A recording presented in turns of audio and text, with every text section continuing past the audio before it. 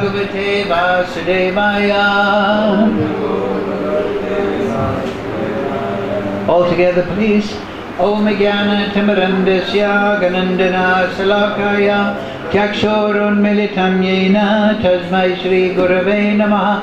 Shri Chaitanya Manobhistam Savitam Yena Bhutale Swayam Rupa Kadamayam Dadati Swapadantikam Vandeham Shri Guru Shri Yukta Padakamalam Shri Gurun Vaishnavam Shah Shri Rupam Sagrajatam Sagana Raganatam Vitam Tam Sajivam Sadvaitam Savadutam Prijana Sahitam Krishna Chaitanya Devam Shri Radha Krishna Padam Sahagana Lalita Shri Vishakam Vidanscha He Krishna Karuna Sindhu Dina Bandhu Jagatpate Gopesha Gopika Kanta Radha Kanta Namostute Tapcha Kanchana Gaurange Radhe Vrindavanishwari Rishabhana Sudadevi Pranamami Hari Priye Panchakalpatarubhyascha Kripa Sindhu Bevacha Patitanam Pavnebhyo Vaishnavebhyo Namo Namaha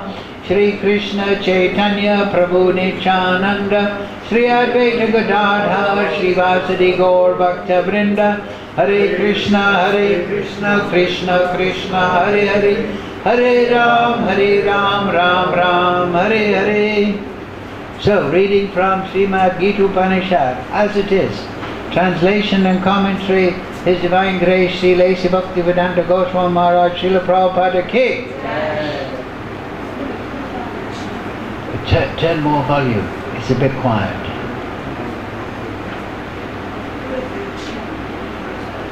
Yeah, but more volume is a good idea. Well, try more volume, really, just humour me. Imagine that I know what I'm talking about.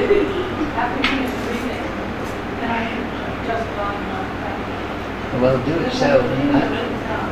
You're on television making a terrible thing.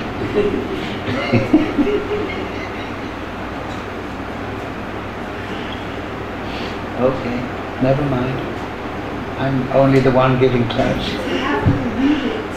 So, reading from Bhagavad Gita as it is, translation and commentary, Srila Prabhupada, Chapter 4, Transcendental Knowledge, Jnana Vibhag Yoga, text number 34.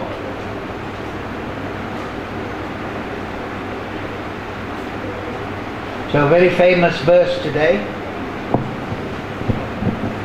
Please repeat.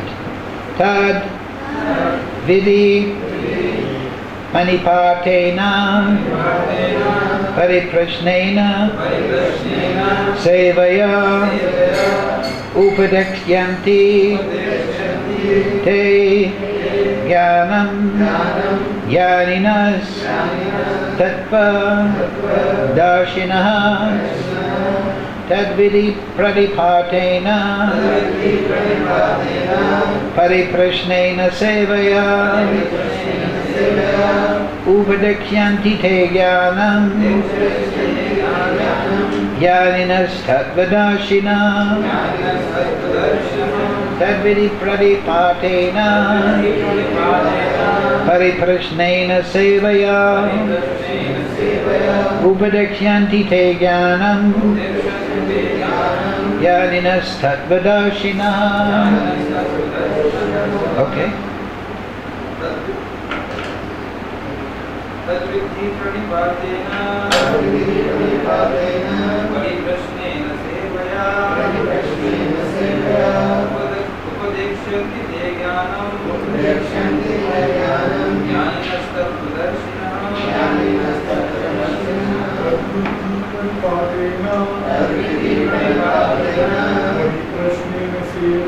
pariprashnena sevaya upadekshyanti te jnanam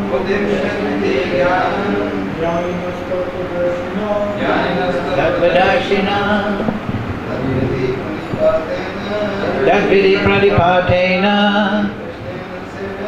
Pariprashnena Sevaya Upadekshyanti Te Jnanam Jnaninas Tattvadarshina Tadvidi pranipadena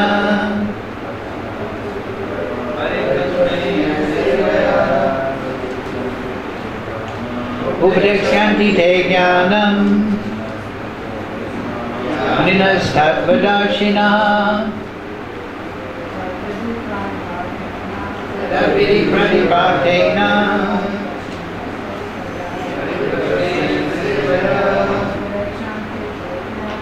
Upadekshyanti te jnanam Jnanastadvadashina Tadvidi pranipatena Vaidoshnena sevaya Upadekshyanti te jnanam Jnanastadvadashina. So, word for word, please repeat.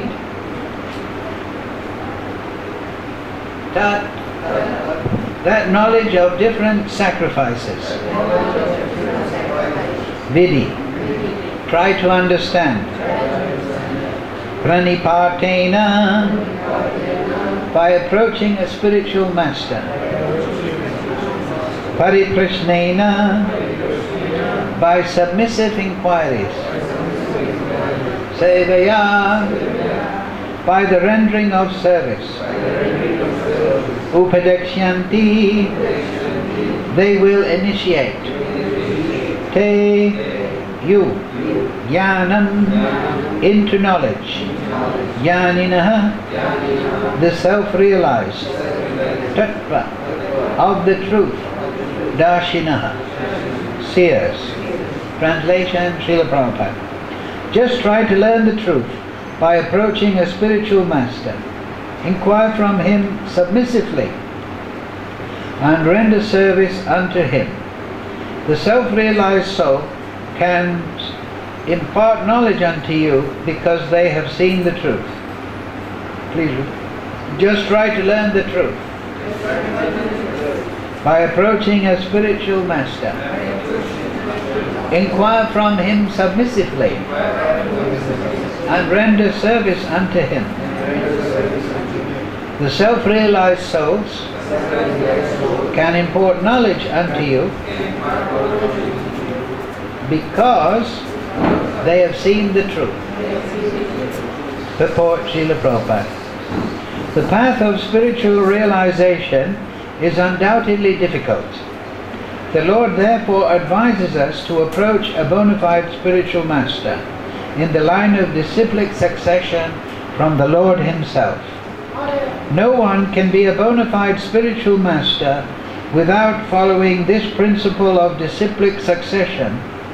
The Lord is the original spiritual master, and a person in the disciplic succession can convey the message of the Lord as it is to his disciple. No one can be spiritually realized by manufacturing his own process, as is the fashion of the foolish pretenders. The Bhagavatam 6.3.19 says, Dharmam tu shakshat bhagavat prinihitam. The path of religion is directly enunciated by the Lord. Therefore, mental speculation or dry arguments cannot help lead one to the right path. Nor by independent study of books of knowledge can one progress in spiritual life. One has to approach a bona fide spiritual master to receive the knowledge. Such a spiritual master should be accepted in full surrender, and one should serve the spiritual master like a menial servant, without false prestige. Satisfaction of the self-realized spiritual master is the secret of advancement in spiritual life. Inquiries and submission constitute the proper combination for spiritual understanding. Unless there is submission and service, inquiries from the learned spiritual master will not be effective. One must be able to pass the test of the spiritual master, and when he sees the genuine desire of the disciple, he automatically blesses the disciple with genuine spiritual understanding. In this verse, both blind following and absurd inquiries are condemned. Not only should one hear submissively from the spiritual master, but one must also get a clear understanding from him in submission and service and inquiries. A bona fide spiritual master is by nature very kind towards the disciple.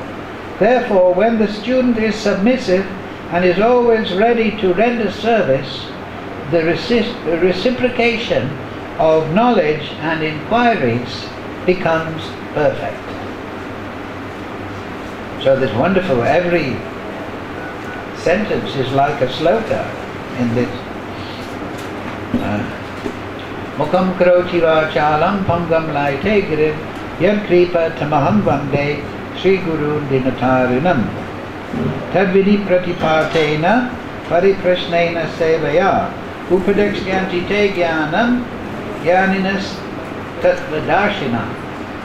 Just try to learn the truth by approaching a spiritual master. Inquire from him submissively and render service unto him.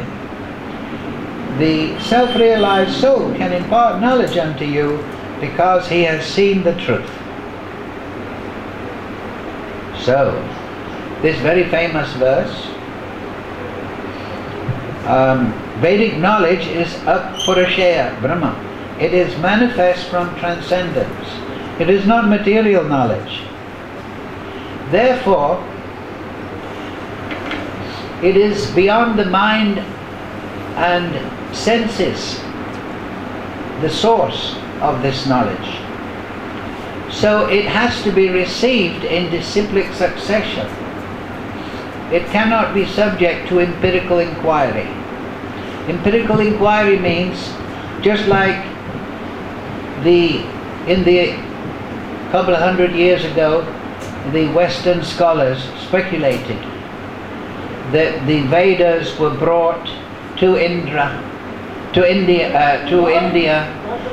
by a leader called Indra. Why is this? Because they read the Vedas without reference to any spiritual master. Their Sanskrit was not complete, and their understanding was completely erroneous. Why?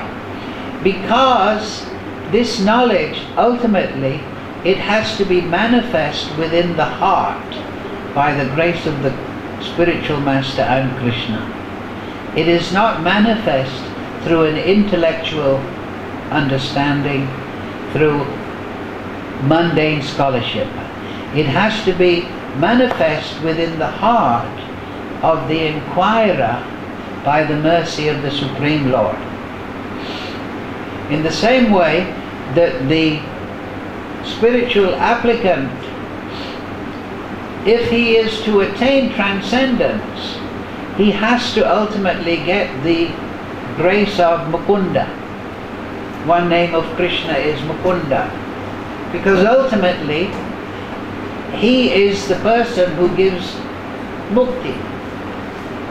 You cannot attain mukti by tapasya, even by bhakti, by knowledge, by karma, without the grace of Mukunda. So later on in the 15th chapter, right? Sarvasya,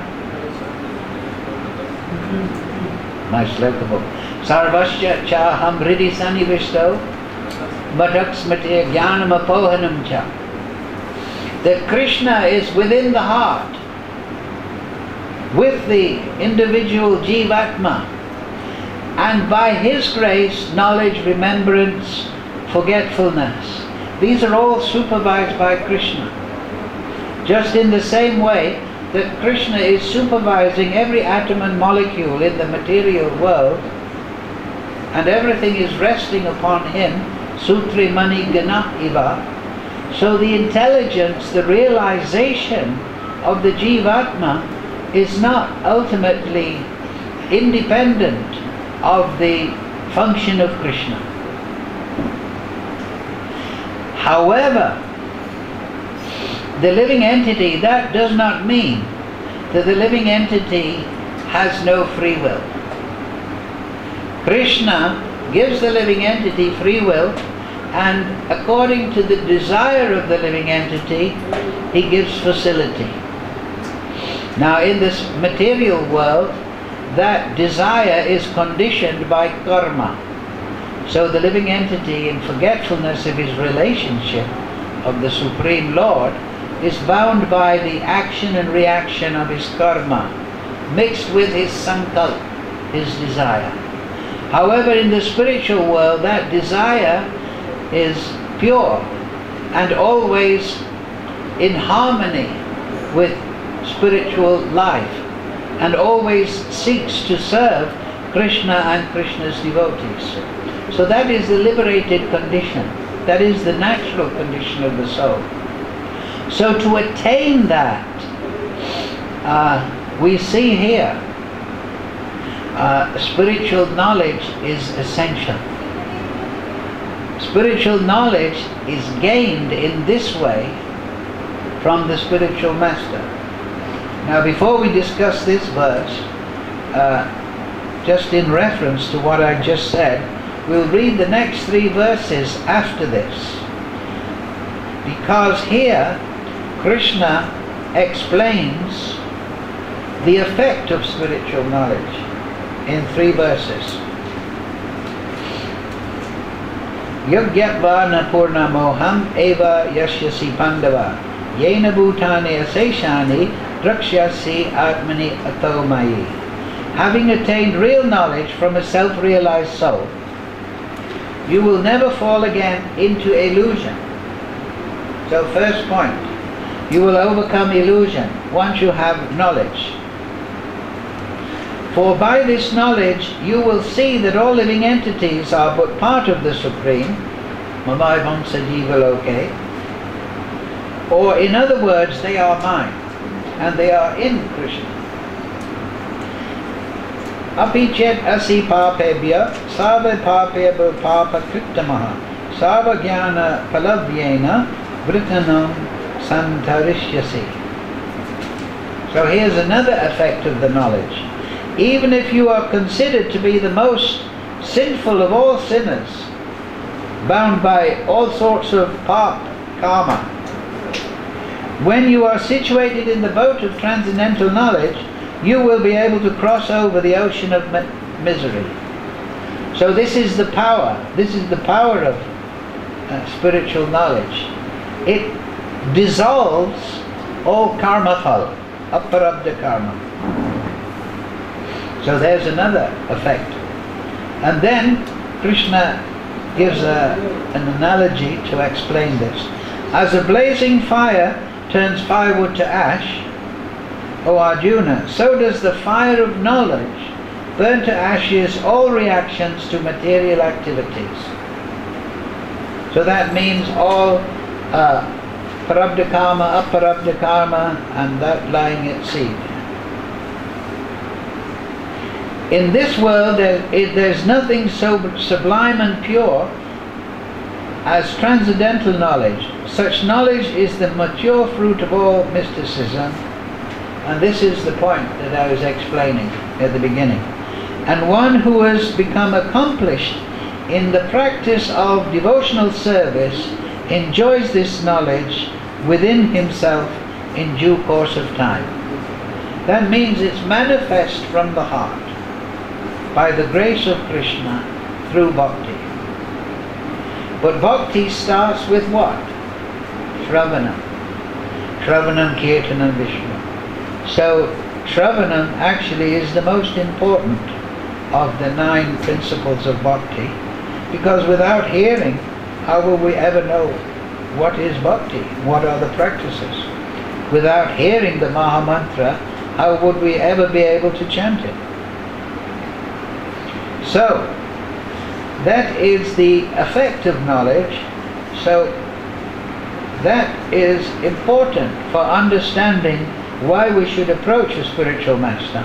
Because the Vedas cannot be understood by mundane scholarship, but rather as explained in this verse. through disciplic succession. Without approaching a realized soul, self-realized soul, one will only speculate about spiritual knowledge. I know that myself. Before I met Srila Prabhupada, I read so many books. I even read many Vedic books. But I picked up a little here and there, but I didn't get the picture. But then as soon as I got Srila Prabhupada's Gita by mail order, I started to understand. So, approaching a spiritual master can also mean not just his vapu, but more importantly, his vani, his words. So a great advantage of Kali Yuga is that spiritual knowledge is recorded within books. Previous, in Dwapara Yuga, the Vedas, they're called the Shruti, that which is heard and chanted. They were just remembered. But now, by the grace of Lord Chaitanya, Krishna, you can go to our temple and you can get all vast quantities of spiritual knowledge and hear. So we should take advantage. But let's look at the Sanskrit. First word, tat. That knowledge of different sacrifices. But also, this tat also means that which is to be understood. So it also refers to the yajna, the receiver of the sacrifice. If you remember, we've been discussing in previous weeks, Krishna, in about 6, 7, 8 verses, he discusses all the different types of sacrifice that should be offered to Vishnu. Yajna ta kavano nyatra. So it doesn't just mean fire sacrifice, but the sacrifice of material possessions, the sacrifice of knowledge, the sacrifice of a fire sacrifice, grains and ghee, the sacrifice of breathing exercises, meditation. So tat refers to that. Tat means that. That which has been spoken before. The Supreme Lord and the ways of pleasing Him, giving Him satisfaction by performing all these activities for His satisfaction. So that is the basic principle that Arjuna has been taught by Krishna here at the beginning of the Gita. We're in the 4th chapter. We've discussed this for many weeks. Later on, Krishna sums this all up. He says, what does he say? I'll tell you the biggest secret now, Arjuna. Manmana bhavamad bhakto madhyaji. Put your consciousness on me, be a yogi, by remembering me in devotion, mad bhakto madhyaji. And mam namaskuru. So yaji means yajna. Perform all your daily activities as an offering to me. Just like we offer incense right in the morning. We offer prasadam to our deity. We offer incense. Why? For Krishna. When we're cooking, we don't thinking, I will enjoy this. We think, is it tasty so that Krishna will enjoy? Later you can take the yajna phal, the fruit of the yajna. But during making the yajna, for instance, when you're offering the incense, you're not thinking, nice. No, you're thinking, this is good now for Krishna. I bought some good quality in the street. So, this is the actual bhakti process in the beginning stage. To turn all our material activities to spiritual, they should be performed in this way, as an offering. Just in the same way that we offer the hearing process. Or we offer... Wait a minute. I can't...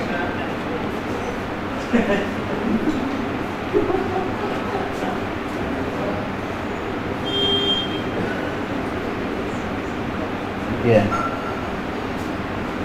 That's what you're doing also the same thing. Don't do that in class. It's very offensive. So,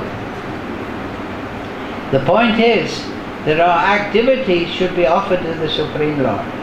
We should not be asleep to spiritual activity. That is the material state.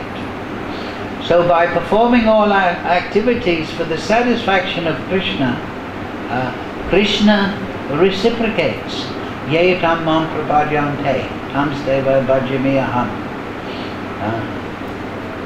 So that reciprocation is what? It is the realization of Him. So Tat refers to that. All the sacrifices that we have spoken of before, and the Supreme Lord of which we've spoken before. Vidi, try to understand.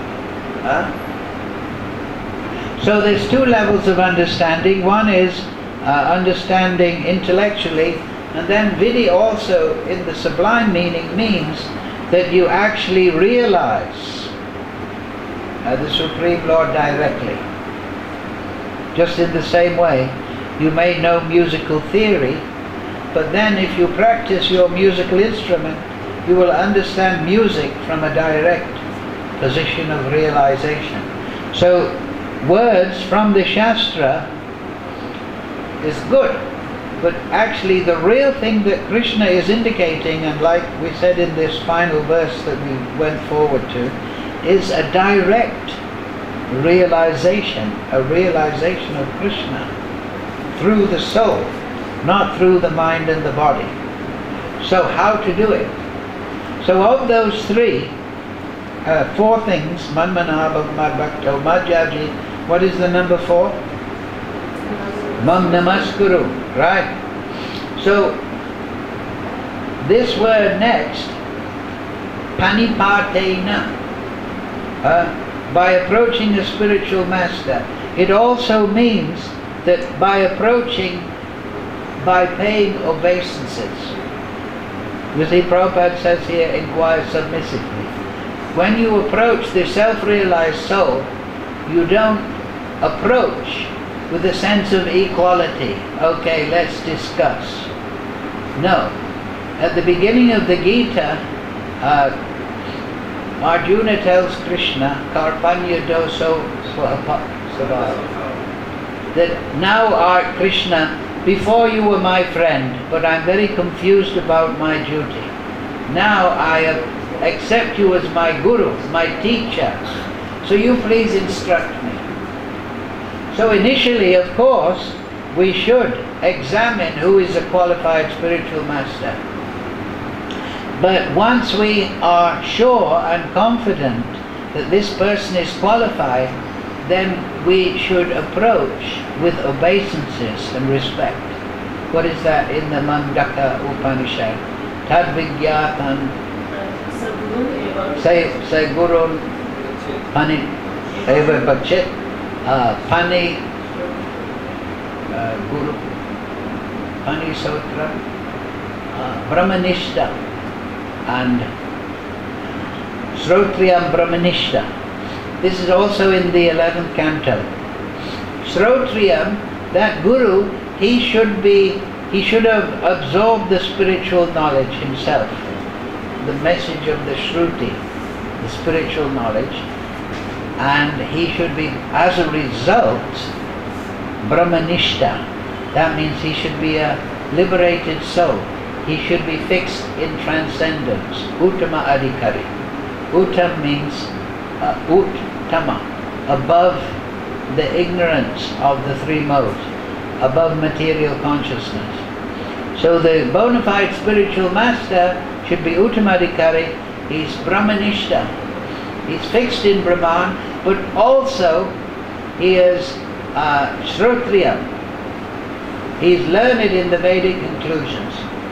Also in the Haribhakti Vilas, first and second Vilases, Sanatana Goswami, he explains that also there should be a personal rapport between the spiritual master and the disciple.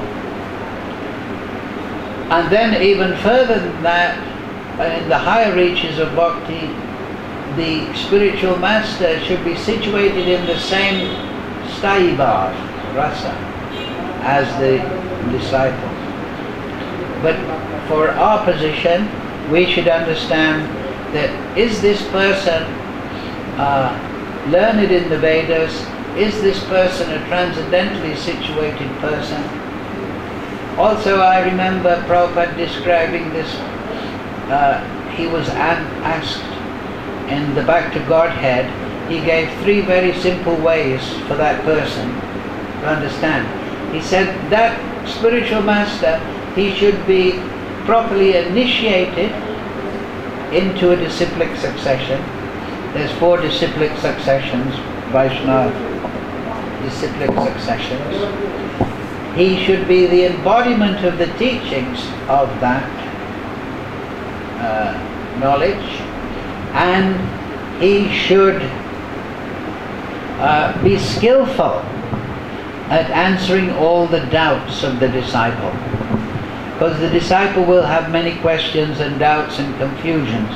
So the spiritual master should be such a personality that he's able to answer everything. That's the meaning of also one section of Shrotriyam, because in the Vedas and in disciplic succession there are so many arguments to qualify fine points of the philosophy. So if somebody is learned in the words of the Acharya and the Vedic knowledge, he will have read all these doubt answering points. And so that's very useful for the disciple, because the disciple is confused. So he is not doubting in the sense lacking faith, but doubt in the sense of confused. So the spiritual master should be able to sort out all the problems, fine-tune the understanding. So one should approach that paripartena, very respectfully. There's also one sloka, isn't it? Acharya mam vijanyaham navamanyeta kahichit. You should treat the Acharya, the Guru, as myself. Never respect him, never disrespect him, never in any way. Never be envious. So that is the meaning of Mam Namaskaru. Also, that yes, we offer obeisances to Krishna. Manmana bhagavad bhakto majadi Mam Namaskaru. But we also offer respects to the accomplished, self-realized souls. And that is the way of respecting the Supreme Lord also. Prabhupada explains, one lecture, I remember, Prabhupada was explaining the spiritual master or the sadhu, the advanced devotee, he is like a tax collector. The tax collector collects the cash for the king, right? Takes tax. He doesn't keep it himself. Or he shouldn't keep it himself. But it's for the service of the state, embodied by the king. So the spiritual master, he accepts service and respect on behalf of the Supreme Lord. So when the disciple respects the spiritual master, he is respecting the Supreme Lord, as well as that personality. Both are served. So that is the meaning of the first word, of the 3 things the disciple is meant to do. And Prabhupada is translated as approach. That means the spiritual, you should approach. You should actually approach. It's not that the spiritual master is canvassing. Rather, the guru should be approached. That means the onus, the duty, is on the disciple to approach.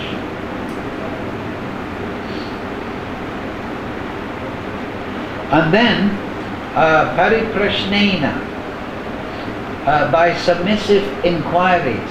So this is the second of the 3 things Krishna says here, that you should give inquiries. What kind of inquiries?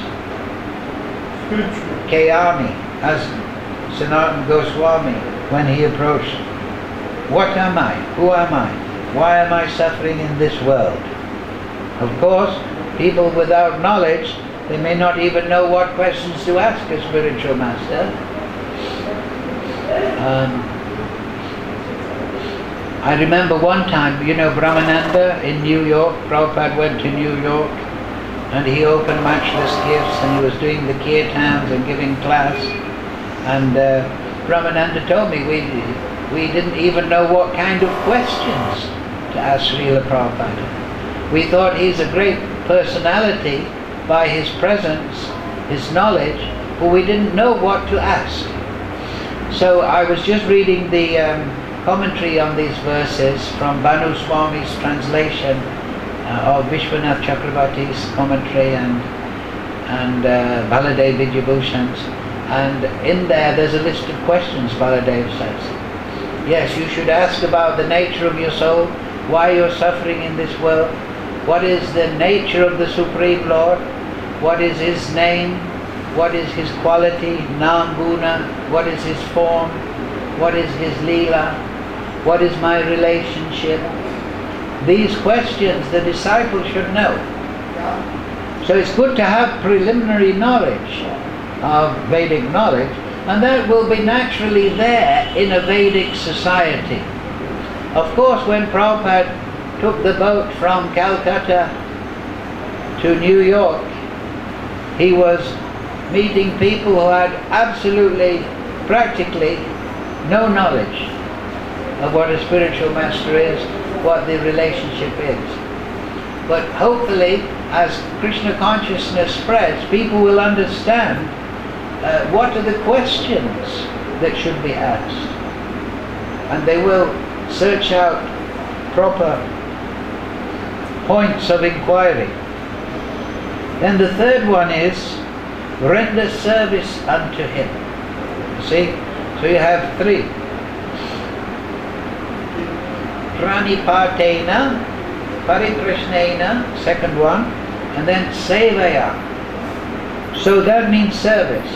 That means the instructions of the spiritual master in sadhana bhakti, you should follow them. You see, it's okay to take knowledge in the process of bhakti, but it's meant to be followed. So that is service. One time Prabhupada was in Atlanta, and he just arrived there. Many devotees were sitting with Prabhupada, and one devotee asked, Prabhupada, how can we please you? We're meant to please the spiritual master. So everyone was, what will Prabhupada say? Will he say, distribute my books, give spiritual knowledge, chant more rounds every day, increase your study, keep the temple clean and tidy, look after the guests, or get some big donors so we can open another temple? No, what was Prabhupada going to say? So Prabhupada said, you can please me by developing love for Krishna. So that is the prayojan, the final point. Just like Krishna has given a list of yajnas, what is the final point of everything? It is to develop prem prayojan. Right? You may have the propensity for being a pujari, for being a book distributor, for being a manager, for teaching, for being a gardener, whatever. But the real point is that you perform this service for the pleasure of Guru and Krishna, and you stay free of offenses, and you develop Krishna prema. Prabhupada also said, one time he said, I have distributed many books through my disciples, opened many temples. But if I can produce just one pure devotee, I will consider all my labor well worth it. Of course, Prabhupada also other times said that there will be many pure devotees. But the point is, it all comes down to one thing. That all the activities of bhakti are meant to end in this one point. That somebody should develop prema bhakti. And we see what great effect a pure devotee can have. Like Bhakti Vinod Thakur. At the time of Bhakti Vinod Thakur, Vaishnavism had been just a way of living free, collecting funds, sahajiya ideas.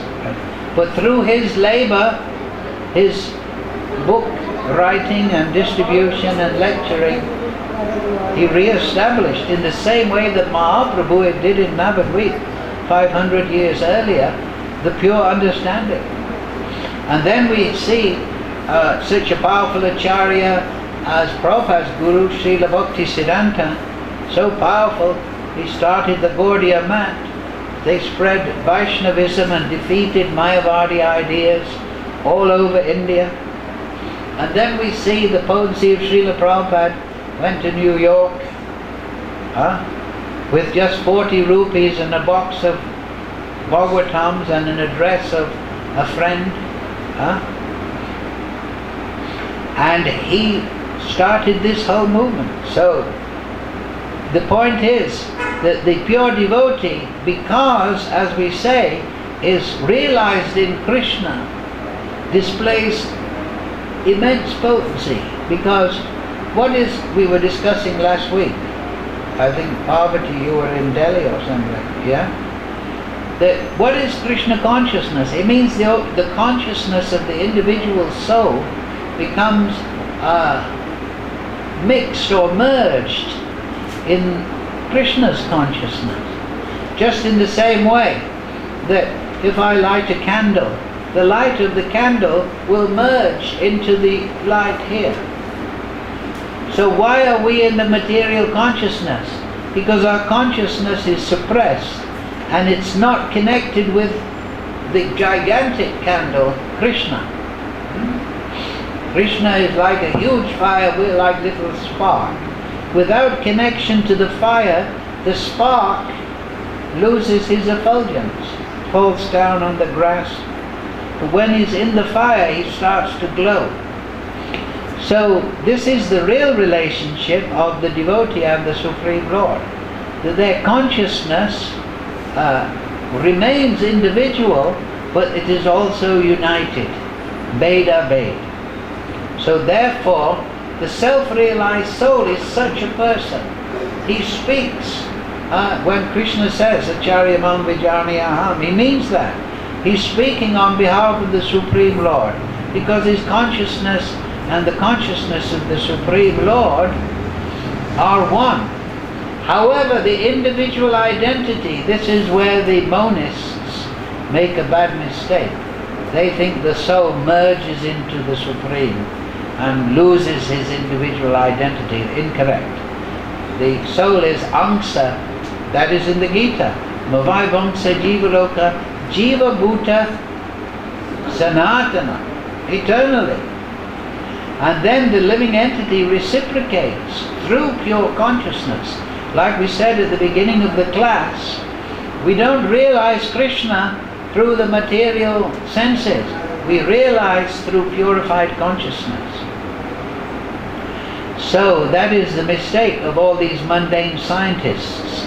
They think that by having a big telescope or a big microscope and a nice big pocket calculator, they'll discover the truth. But these are just material objects. And the Supreme Lord and his situation is apurashaya, is transcendental. Cannot be reached by the material calculations, material logic, material argumentation.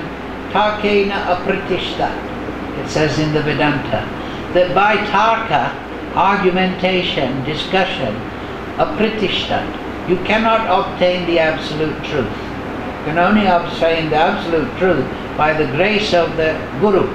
What is that verse? Brahmanda Brahmate, Hona Bhagavan Jeev, Guru Krishna Prasadi by Bhakti Latadev.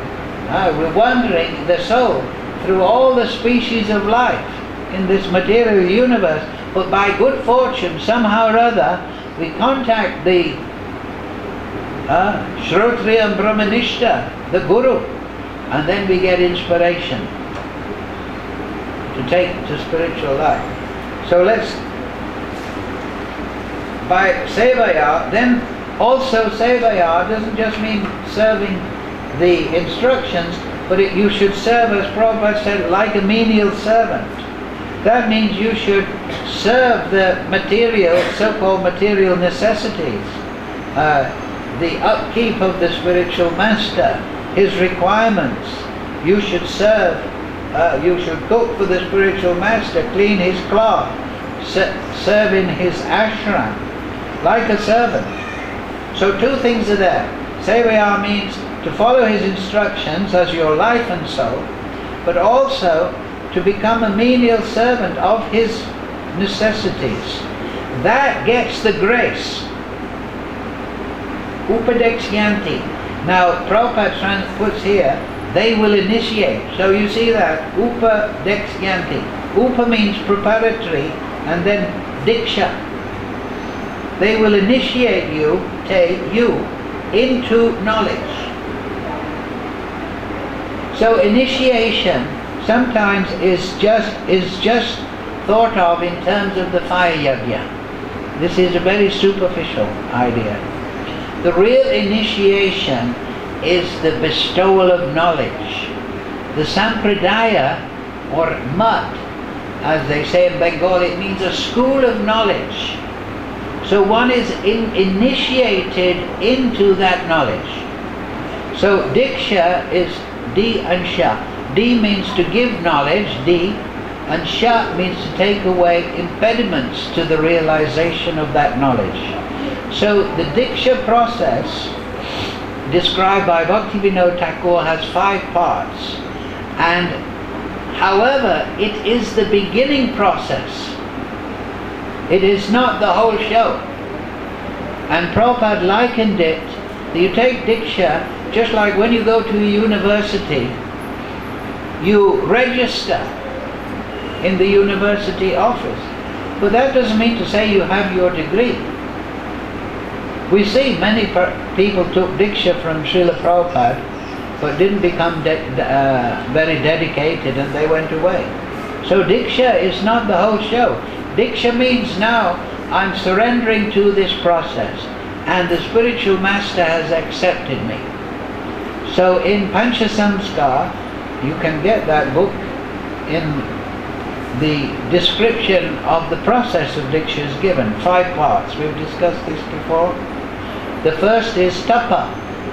The first thing the spiritual master in the process of diksha is tapa. Follow regulative principles. Stop material activity. Get up in Brahma Muhurta. Purify your life. Follow dietary restrictions. Second is tilak. So the spiritual master will give the tilak of his sampradaya. We explained there's 4 sampradayas. The Vaishnavas have the vertical tilak, but there's different according to Ramanuja, the Lakshmi Sampradaya, the Rudra, so on. So he will give tilak and tulsi. So after the tapa, the disciple is somewhat purified, so then he's accepted as a member of that sampradaya, and he's given tulsi beads. Next of the 5 samskars is nam. That means the Guru will give the Hare Krishna mantra, or one name of Krishna to be chanted, and he will give a spiritual name, like Govinda Das, Krishna Das, Mukunda, like Prabhupada gave that. So that is called Nam Diksha. But it is one of 5. We should understand this. Prabhupada followed Pancha Samskar. Bhaktivinoda Thakur took this from the Vidi and put it into an essay. I recommend everyone to read it. You can get it in my Hari Bhakti Vilas translation book out there. Anyway, and then 4 is mantra. So once one has chanted nicely Nam and is following tapasya and wearing tulsi, and the potency of tulsi is to keep away bad influence and wearing tilak and so on, then he gets mantra diksha. So the mantra diksha is for archana. Before that you can follow, you can Shravanam, Kirtanam, Vishnu, Smaranam, Pada Sevanam. This is Bhagavat Marg. Everyone can follow very nicely. But if you want to do Archanam, according to Narada Pancharatrika, Pancharatriki Vidhi, then you should have Mantra Diksha. So Prabhupada gave the Gayatri Mantra and the different mantras of the Sampradaya for use in puja. And that Archana, though Bhagavat Marg is like the large circle, Archana is very good, and it is sufficient, Bhagavat Marg, to take one back to Godhead. However, Archana, if you do puja to Shalagram, to Murti, then you need mantra and you need instruction in that. And that is very good because it purifies the disciple more, in the sense that when you worship the Shalagram or the deity, then you have to be very paka. You cannot worship Murti and Shalagram and not be a paka Vaishnava. So it demands more from the disciple. And then the 5th part of Pancha Samskar is Yagi, same point. Now you see how it's all coming together, how all these Vaishnava practices come together. We've been discussing for weeks. Do your material activities as yagya, as yagi. Krishna says, Manmana bhavamadakto madhyaji. Mam namaskaru. So then the 5th is, once you have been initiated in mantra and deity worship, then you should do everything as yagya. So that is the knowledge, you say. So we shouldn't think that diksha just means a banana and some grain in the sacred fire. No, diksha is an ever, just like if you're learning a musical instrument, your teacher will initiate you. Oh, major scale, minor scale, different rhythms. So that teaching of knowledge of music is a further initiation. So knowledge itself is initiation. Diksha, di, given of knowledge, and sha, removal of obstacles. So, upadekshyanti, they will initiate you into knowledge. Jnanina, these people, the Shrotriya Brahmanishta, the qualified Uttamadhikaris, they can give you that truth, tattva, because they are darshina. They have seen the truth.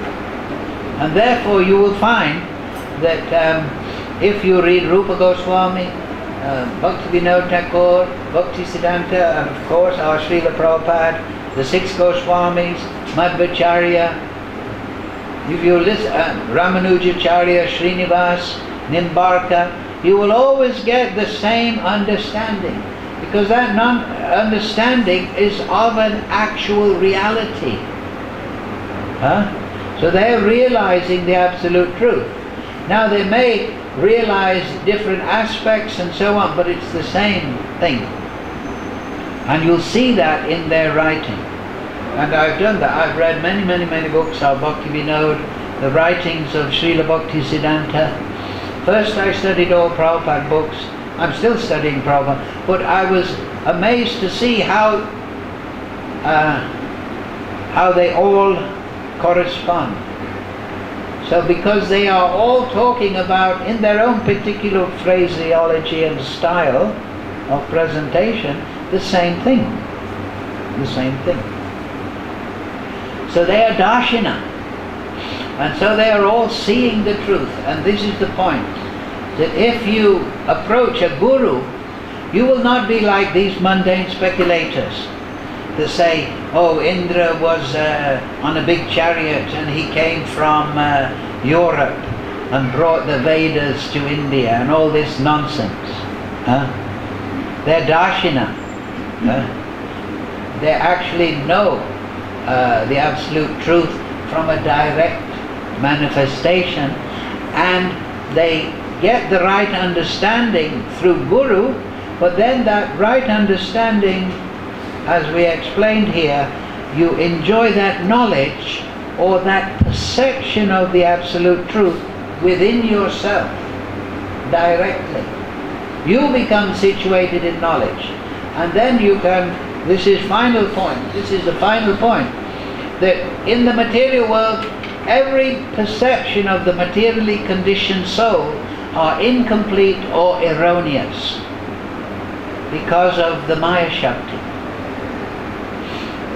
However, by leaving the material energy through sadhana bhakti and bhava bhakti, one becomes situated in the transcendental energy, and then every perception becomes truth. Try to understand that. Just like when you're in a dark room, like last night, the electric went off, so my torch was no good.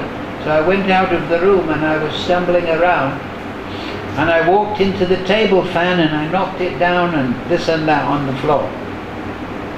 So I can't see anything, I'm just feeling around. I know something is here, oh, that's where the wall is and that and that. But as soon as the light comes on, I see everything properly. So material life is that. People are stumbling around in a kind of gloomy atmosphere. What is the purpose? What is my nature? What should I do with my life? Is there God? Is there not God? Right? You can go on YouTube. Some while back I was investigating what these atheists, they have atheist against theist debates. It was kind of interesting. But it was so ridiculous, some of the things the atheists were saying. But the point is, you can just see they're just speculating, and even the theist is speculating back. Well, you don't really know if God exists. Well, you don't really know if He doesn't exist. But okay, follow the process, then you will know. Then you'll come into the light. So this is, I don't want to steal tomorrow's thunder, but then in the next verse, as we just quoted, Krishna tells, having obtained real knowledge from the self-realized soul, you will never fall again into illusion. You'll never be in darkness again. For by this knowledge, you will see that all living beings are but part of the Supreme, eternally. That means you will see everyone in the material. Now this is the peace formula. Nowadays, there's this racial group against this racial group, this mundane religion against this mundane religion. You are this and you're an infidel. No, you're a pagan. No, you're a goyim. You're a this, you're a whatnot. And I don't like you, and I think I'm right and you're wrong, and I'm going to kill you in the service of, and all this nonsense is going on. And the capitalists, no, I'm a communist. Oh, I'm a socialist. Oh, I'm a globalist. And everyone is divide and conquer, right? All this foolish mentality. So how to tie everyone together? Not artificially, Krishna says, but by spiritual realization. When you'll know, and by this knowledge you will see that all living beings are but part of me. The dog in the street, okay, he's fallen into a dog body, but he's a spirit soul just as much as you are, just as much as the pujari offering arti. He's just as much a part of Krishna as the dog. Therefore, in the Uddhava Gita, which is even higher instructions, they say, than or more plainly higher, Krishna tells Uddhava, so you should, if you want, this is Paramahansa Samhita, you pay your obeisances to the dog, the hog. because they are also part of Krishna. What to speak of all human beings? Huh? But part of the Supreme, in other words, they are mine. So then, there's no question of being a devotee of Krishna if you disrespect all living entities, man, woman, child, dog, hog, camel, ass, but not only the living entities, but the material environment. Huh? You won't pollute the Ganga. You won't throw rubbish in the street. If you realize everything is part of Krishna. So this is necessary. So stay for one question. We'll finish on this point. Bhagavad Gita ki jai. Srila Prabhupada ki. One question, then you can go. You're a busy man.